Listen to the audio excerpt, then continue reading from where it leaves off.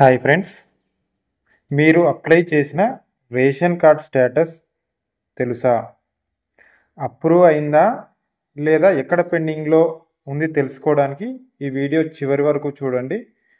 Just 3 simple పాయింట్స్లో మన మొబైల్లోనే ఎలా check చేసుకోవాలో చెప్తాను. ముందుగా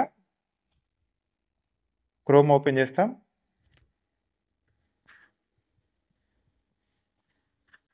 ఒక ట్యాబ్ తీసుకొని ఇక్కడ ఈపీడిఎస్ ఇదే ఆ సైటు.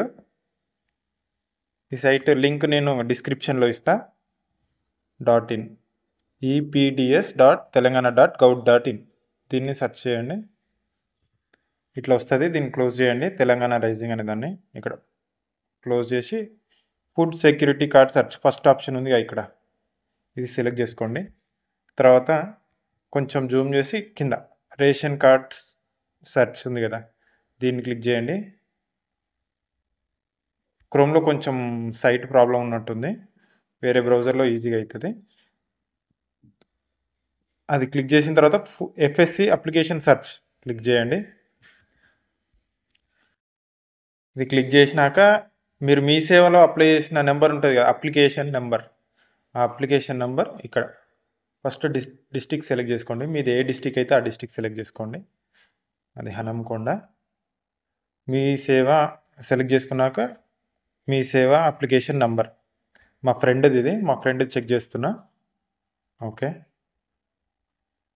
నెక్స్ట్ ఇక్కడ సెర్చ్ ఉంటుంది చూడండి, సెర్చ్ క్లిక్ చేసిన తర్వాత మా ఫ్రెండ్ రీసెంట్గానే అప్లై చేసిండు. అప్లికేషన్ స్టేటస్ చూడండి, పెండింగ్. ఇది ఆర్ఐ ఆ తర్వాత ఆ పై ఆఫీసర్ల దగ్గర పెండింగ్లో ఉన్నట్టు, ఇంకా వెరిఫై కాలేదన్నమాట. పెండింగ్ చూడండి, పెండింగ్ పెండింగ్. ఇగో ఈ 3 మెంబర్స్ స్టేటస్ కూడా పెండింగ్ ఉంది. రెవెన్యూ వాళ్ళు అప్రూవ్ ఇచ్చేస్తే వీళ్ళకి కార్డు వచ్చేస్తుంది అనమాట. అప్పుడు ఇక్కడ ఏమొస్తుంది, అప్రూవ్డ్ అని వస్తుంది. ఈ పెండింగ్ అని ఉన్న దగ్గర అప్పుడు అప్రూవ్డ్ అని వస్తుంది. ఇలాంటి గవర్నమెంట్ స్కీమ్స్కి సంబంధించిన ఇన్ఫర్మేషన్ని షార్ట్ అండ్ స్వీట్గా మీకు అందిస్తాను. ఈ ఇన్ఫర్మేషన్ మీకు యూస్ఫుల్ అనిపిస్తే వీడియోని లైక్ చేయండి. ఏమైనా డౌట్స్ ఉంటే కామెంట్ చేయండి.